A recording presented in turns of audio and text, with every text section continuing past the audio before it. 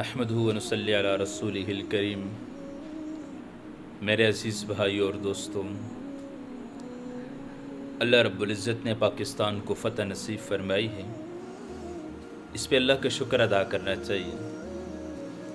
اس سے قبل تاریخ اٹھا کے دیکھیے، جہاں بھی مسلمان تکبر کے اندر آئے ہیں، فخر کیا ہے، اگلا جو موقع آیا ہے اللہ نے اس فتح کو شکست کے اندر تبدیل کیا ہے۔ کبھی بھی اپنی طاقت کے اوپر انسان کو غرور نہیں کرنا چاہیے کہ میں طاقتور ہوں، ہمارے پاس طاقت ہے، ہماری فوج ایسی ہے۔ نہیں، کرنے والی ذات ایک اللہ رب العزت کی ذات ہے۔ اللہ رب العزت نے ان کو ذریعہ بنایا، سبب بنایا ہے۔ واقعی نام رکھنے والوں نے کمال کیا ہے۔ بنیان و مرصوص کا جو نام رکھا ہے کہ سیسا پگھلائی ہوئی دیوار کی مانند ہے، واقعی 3 دن تک متواتر ان کی طرف سے حملے ہوتے رہے، اور ایک ہی حملہ ایسا کر دیا کہ ان کو ایسا منہ توڑ جواب دے دیا کہ وہ سر اٹھانے کے قابل نہ رہے۔ لیکن اس پہ ہم اللہ کا شکر ادا کرتے ہیں، کیونکہ قاعدہ ہے، اللہ کی سنت ہے، لَإِن شَكَرْتُمْ لَأَزِيدَنَّكُمْ، کہ شکر ادا کرو گے نعمت کے اندر اضافہ ہوگا۔ کبھی بھی فوج اور طاقت اور اسلحے کی بنیاد کے اوپر مسلمان جنگ نہیں کرتے۔ مسلمان کا جہاد ایک موقع پہ صحابہ کے دل کے اندر صرف اتنی بات آئی تھی کہ ہماری تعداد بھی زیادہ ہے، ہمارے پاس اسلحہ بھی ہے،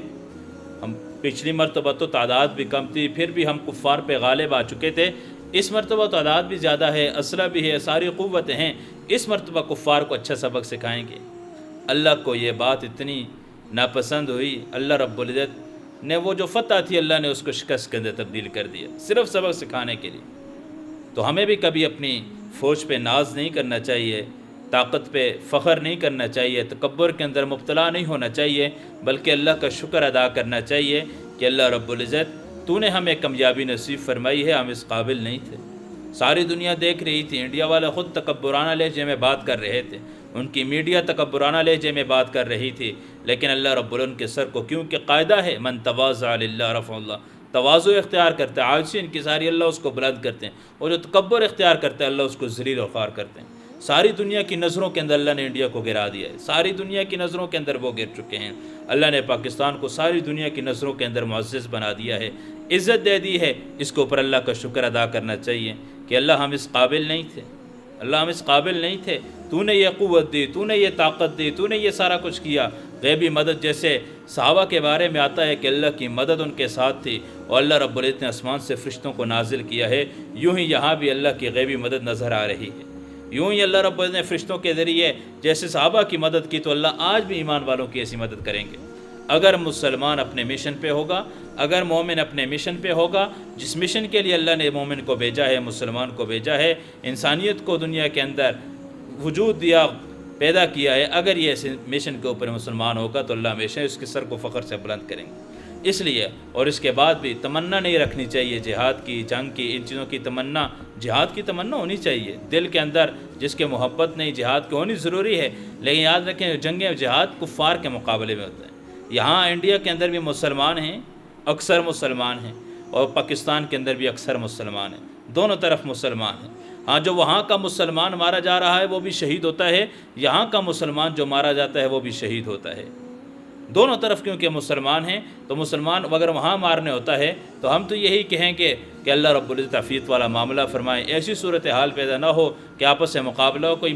ایسا نہیں ہے، اگرچہ سامنے یہ ہے کہ ان کا جو اٹیک تھا سب سے پہلے مدارس علماء تھے، یعنی وہ اسلام کو ختم کرنے کی کوشش کر رہے تھے، اسلام کو مٹانے کی کوشش کر رہے تھے، اللہ نے ان کو مٹا کے چھوڑ دیا ہے، اللہ نے ان کے سر کو دبا دیا ہے، ان کا سر جتنا اوپر کرنے کی کوشش کر رہے تھے اللہ نے اتنا ہی مٹی کے اندر ان کو خاک آلود کر دیا ہے۔ میرے عزیز بھائی اور دوستو، دل میں تمنا نہ ہو کہ جہاد ہو اور جنگیں ہونی چاہیے اور بمباریاں ہونی چاہیے، اس کا نقصانات بہت زیادہ ہوتے ہیں، بہت زیادہ نقصانات اس کے ہوتے ہیں، ملکی اعتبار سے بھی ہوتے ہیں بہت زیادہ، اور عافیت اللہ سے مانگنی چاہیے، خیرخواہی کا جذبہ ہو، ہمدردی کا جذبہ ہو، یا اللہ اس طرف ان کو ہدایت نصیب فرما،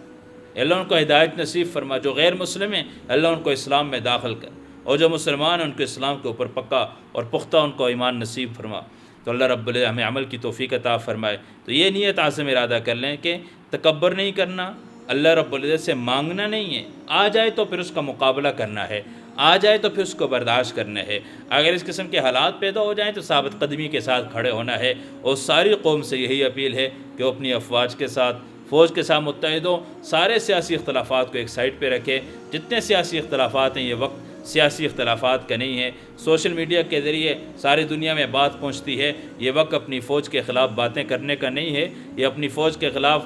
پوسٹیں لگانے کا نہیں، کمنٹس کرنے کا نہیں، یہ ان کی حوصلہ افزائی کرنی چاہیے اور اس موقع پہ ان کا ساتھ دینا چاہیے۔ اگرچہ جتنے بھی مخالف ہیں ہونا چاہیے کہ اس موقع پہ ان کے ساتھ ہوں، ایک جسم کی مانند ہو کے کھڑے ہوں گے تو اللہ کی مدد اس کے ساتھ ہوگی، قوت اور طاقت اللہ اس کو نصیب فرمائیں گے۔ لیکن اگر خود ہی اپنی ٹانگیں کاٹنا شروع کر دیں گے، آپس میں اختلافات شروع ہو جائیں گے تو اس کا نقصان یہ ہوگا کہ غیر اس سے فائدہ اٹھائے گا۔ اللہ عمل کرنے کی توفیق عطا فرمائے۔ وآخر دعوانا ان الحمد للہ رب العالمین۔